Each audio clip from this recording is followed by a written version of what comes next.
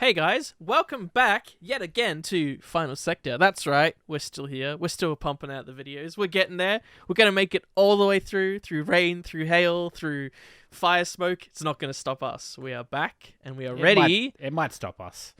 No. Hey, see, they've thrown everything at us so far. And by us, I mean the F1 calendar, people rolling circus, which of course includes us, right? We're included. They took away Imola, which did help us with that. I think that that triple header would have been real tough. It's a bit of a gimme, maybe. But yes, we are back to preview Canada. I mean, we talked a little bit in our preview. You said our debrief to Spain, where we weren't even sure if we were going to get here. I don't think there was any worry, but just to recap, there has been, quite some bad forest fires as such over there in Canada and kind of the North America region. But it looks like that we're still good to go to Montreal, to a place that, especially through COVID, and that was quite tricky to get back to. It's been kind of in the air whether they're even going to keep the Grand Prix there, but people love it, and I think everyone, ourselves included, are really excited to get back there. I love Canada. Yeah. It's one of my favorite circuits, so I always enjoy when we go there. Look, we'll get into it, right? Max is on a roll. Red Bull's on a roll. What? You didn't tell me this. Sorry, I forgot you haven't seen the season yet. You're still in 2022. So. I'm on the last season, yeah. There's always a bit of, cynicism now going, could anyone else really, strike a flame here? But fortunately, as we saw in Spain, there's quite a lot else going on. No, you're okay. There's quite a lot else going on, right? Yes. So we can actually look ahead. Still makes things like, predictions, who's going to be strong at the top of the midfield, in the midfield, bottom of the midfield. It's hard to say, and even then, it looks like, similar to last time we were here, there could be a bit of weather around as well, a bit of inclement weather, particularly on the Friday, Saturday. Sunday might be dry, but I mean, who knows, right? It seems we've had a few Grand Prix where no one can predict what the weather's gonna do. So it could just be sweat on your visor. You never know. Yeah, it could just be sweat on your visor. That's right. But I think the rain is something that I actually looked up, because just before we started this, that's what I was talking about earlier when I said, "Oh, that changes my predictions a bit." I just looked up Montreal weather, and I saw that there's a pretty good chance of rain, particularly on the Saturday. Yes, there's very, very high chance, like 80% or something. Friday, Sunday is like sort of closer to 30. So yeah, it's potential, especially if there is rain about. There's probably more likely that there will be rain those days. But definitely for qualifying is going to be, as we've seen in the past, Canada is tricky in the wet. So it's tricky in the dry, let alone the wet. It's tricky. Yeah, it's a tricky circuit. So, but I think it's deceptively simple. Yeah. Yeah, it is. It's just like a bunch of chicanes and some straights and a hairpin, and yes, that's all it is. And it's like, yep. What's the big idea? Oh wait, every corner, like, if you don't short shift out of there, which means you're losing time, you are right on the raggedy edge of every single acceleration zone. And there's a wall to your left, to your right, behind you, in front of you. Yeah. Yep. So be careful. There's a reason the Wall of Champions is called such. It's unfortunately a bit of a, given that it is in that kind of North America region, it's unfortunately not the greatest time for us. I think I checked, it's like 4 a.m. for us locally. So don't know if I'm staying up for that, but hopefully I've got the morning free, hop up early, and I know that it'll... can watch it and enjoy it and still see some of the post-race chatter not too long afterwards. But it stings a little bit for us, that one. I haven't seen many chatter in terms of teams and cars and any changes. I mean, most teams over the last 2 weekends brought a lot of upgrades, so this is just going to be doubling down on that and putting some changes to things they've assessed on the data and that. So we could see another bit of a shake-up, I guess. Main things they're looking at is whether Mercedes will continue to be strong, is whether Aston seem to recover from, maybe some of the setup issues or that they had, or if it was track specific. If Ferrari can seem to actually have an upgrade that looks like an upgrade, is the McLaren stronger now? There's quite a lot to look for. It's tricky. I mean, the only constant you can come back to is that Red Bull will be fast, whether it's rain, hail, shine. Yes, they just will be quick. But behind them, especially if there is weather about, I think it does shift in the favor of some other teams. I do think Mercedes probably will be quite strong in the dry, possibly in the wet as well. I think they've got two really strong wet weather drivers. In Hamilton and Russell. But I also think that that Aston Martin, particularly because it has such good traction out of the corners, which in the wet is exactly what you need. Yes. I think that Aston could come alive in the wet conditions around here in particular, and Alonso and even Stroll, to his credit, is generally pretty good in the wet. So Yep. I think it could make for a very very tasty battle for the last podium positions there. And of course, it's Stroll's home ground. As we said, Alonso has had success here before, but we'll have to see. So I guess we should rip the bandit off and actually put our money where our mouth is and commit to our predictions. But we have to recap for last week, and of course, I did not realize that I am actually gaining on you off another very sneaky wildcard prediction. And actually, it's closer than I thought, because our wildcard prediction we do as +2. Am I correct in saying that? So I'm actually closer than I thought I was. I thought I'd gained only half a point on you, as it turns out. I've actually gained 1.5 on you. So it's tied at the top. We both got our P1 for Max. Oh boy, shocker. But you going for Hamilton up there, he actually finished higher than you predicted, but you still got your half a point for getting him in the top 3. So credit there, well done. But they should have let George pass. George was obviously faster. They should have listened to us and known can't let Carl catch up. He said he's had it too good for too long. He won that bloody competition last year. He doesn't need anything else, right? That's it. So as far as I know, if I've done my math correctly, which shouldn't be hard, it is I think 12.5 myself and 13 to you at the moment. So that is close. Very close, which I'm quite happy for, because it's I'm not. This is bad news. I mean, it's nice because we've at least been predicting different. Like last year's ones, it felt a bit samey in that, but we're both trying to, where we see a potential, outsider pick, as kind of you did with Hamilton last time out. I went pretty safe, and it didn't really pay off for me. You know what? I'm gonna clean sweep this weekend. I'm calling it. And I'm gonna put some daylight between across all 4 categories. Absolutely, we have to remember our 4th category. We have to get our full 5 points coming. We do have to get our random number. So without further ado, our number will be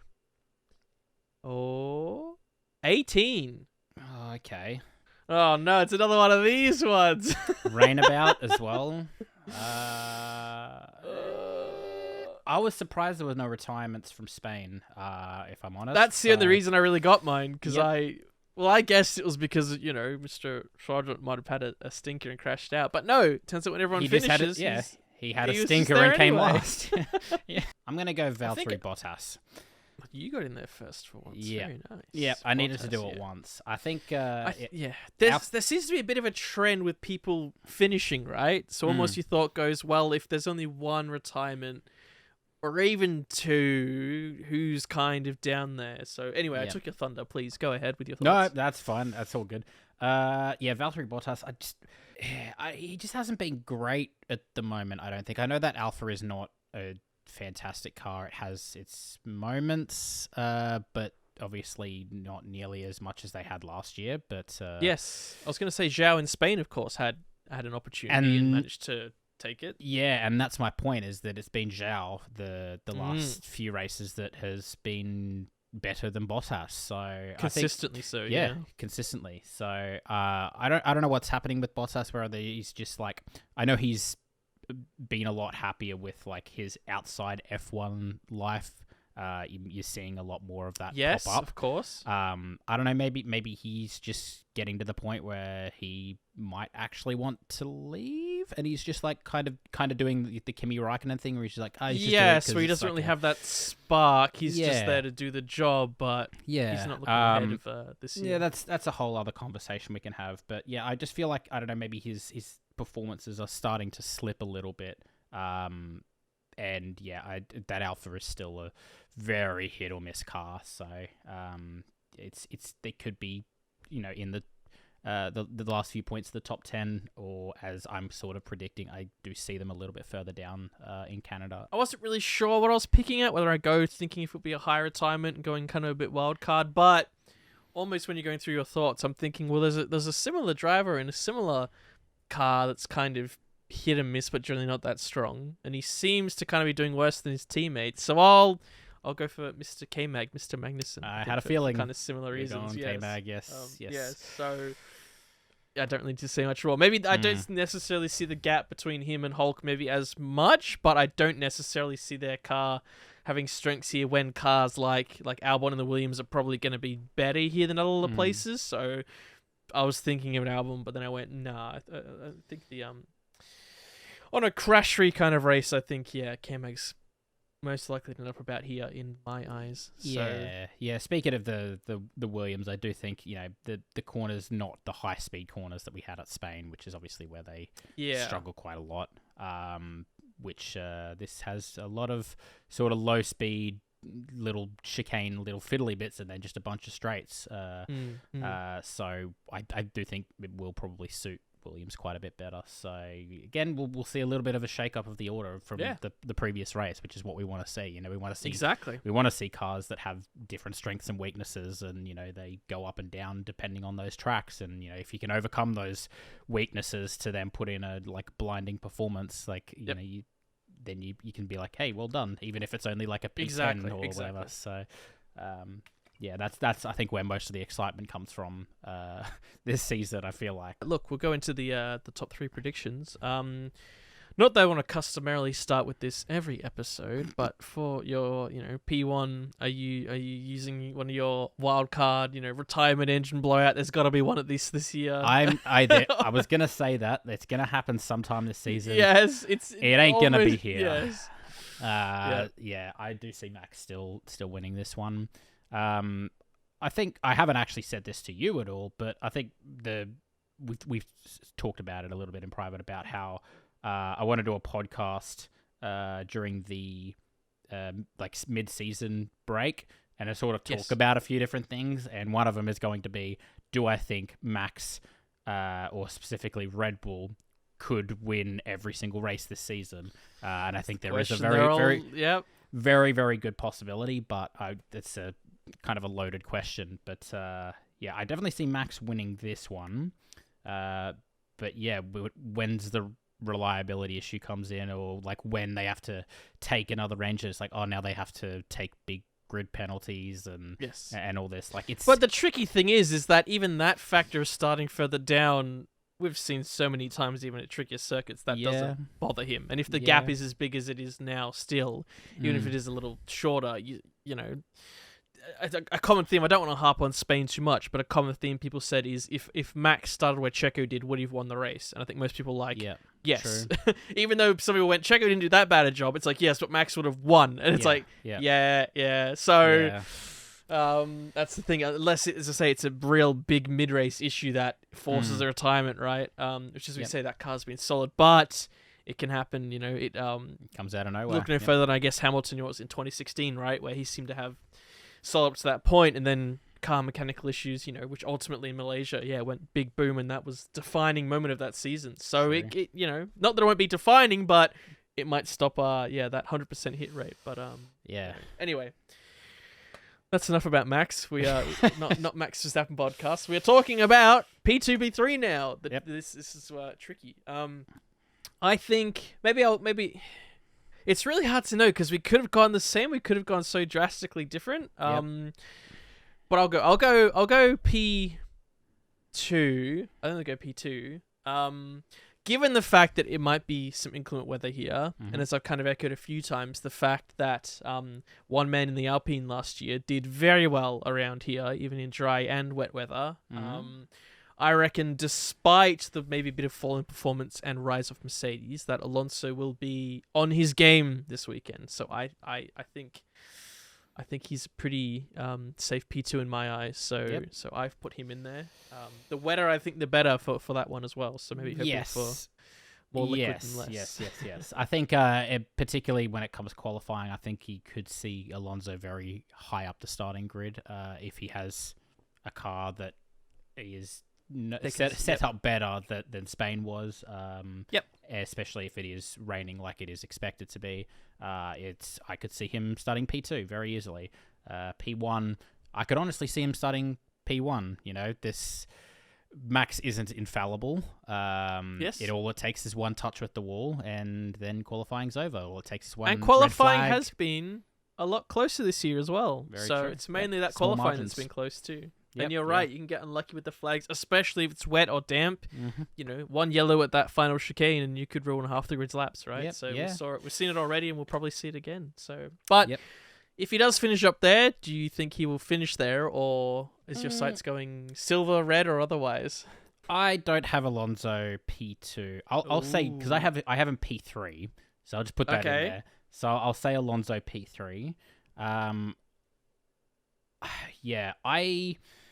still struggling with my P2, so maybe you go your P3 while I make a decision if you want. Yeah. I might have realized when I put this together, this may have looked similar to your prediction from last time, because maybe in B3 I have got Mr. Bit of a one of two superstars from last weekend in Lewis Hamilton for P3. I think given that they're still very new with those Mercedes upgrades and there still seems to be such an upturn. Yes, it may be that Aston Martin and Ferrari were struggling a little more than usual, but they had a pretty safe gap to where they were. As I say, I don't think they're going to be P2 here. I reckon it'll be close. I mean, it's been close most of the time anyway, so it's not like that's a bold prediction. But I think it will be Hamilton there. Obviously, I guess they're not really picking Sergio. I think it's hard to kind of have that confidence to confidently put him in 2 and 3, even though it wasn't that long ago where you could do that. I just think, as I say, with that gap between not even Max and the others closing up, but just everyone else being so on their game, it's like any slip up from him, any kind of stuck in traffic, the others are not going to give him an inch. They're not going to be like, Max coming through to say, just go through, we're not racing you. They're going to race him, and I don't necessarily think this is a track that he's essentially, he's exactly amazing at, especially in a quality sense. So I could see him starting a little down. Max, Alonso, Hamilton, I think for a nice little kind of tricolor of colors of positions there. But fair. Have you just mirrored your 2 and 3, those 2 and 3, or are you going for something? No, I am actually going to go Perez P2. Why does that? So. How could you do this to me? I'll take that super fan. Tear off the jumper and reveal the Perez shirt you got on. It was me all along. I think. I don't know. I kind of get the sense that he wants to sort of prove. There's a lot of talk in the media about him. Even Helmut Marko coming out. Someone from his own team saying, He should have known he was always out of the championship. He could never fight with Max, and it's just like he's got to read or hear that and be like, "Fuck you! I need to prove you wrong." I think he might come back with a little bit of the old Checo fire a little bit. Like even if he will to the media will be asking. He'll go, "I can do it. I can do it." Yeah. I think he still wants to be able to prove that he can do it. And I think even if he does maybe falter a bit in qualifying, which maybe he will, that back straight at Canada, I'm expecting mostly dry race, so I'm expecting DRS to play a factor. Good point. That back straight is very, very long, and I think with the DRS, Perez could very easily take apart, I wouldn't say the field, but if he's only starting, say, P4, P5, there's a very realistic world he's into P2 pretty quickly. Even Checo, we talk about how he can't fight through the field to get to a podium where Max would have won the Very race. Valid, yep. But if he's only starting a few places back, then I think with the power of the top line speed down that back straight in the dry with the DRS, he could make his way back to P2. So that's I'm kind of banking on that a little bit, but that's what the predictions are. I need to. That's a very safe bet. No. So yeah. I like we've gone a little bit different as well. So we'll see how it plays out. Anyone who's listening, following along, have a think about what you think as well. Feel free to criticize us, but then if you're going to do so, let's put you put down your predictions. Yeah. And then we'll write back mean comments to you. So we'll start a whole internet beef. New segment of the show. We need another jingle. I can't find enough. Check what time this is going, because it could be, it'll be at a different time zone for everybody. So if you do want to watch it live from wherever you are, make sure to not live in Australia. What's going on? Make sure to not live in Australia. So look, enjoy the weekend, guys. We'll be back afterwards, of course, to recap, review, debrief what's going on. But otherwise, that's all we've got for now, and we will catch you next time. Take care. See ya.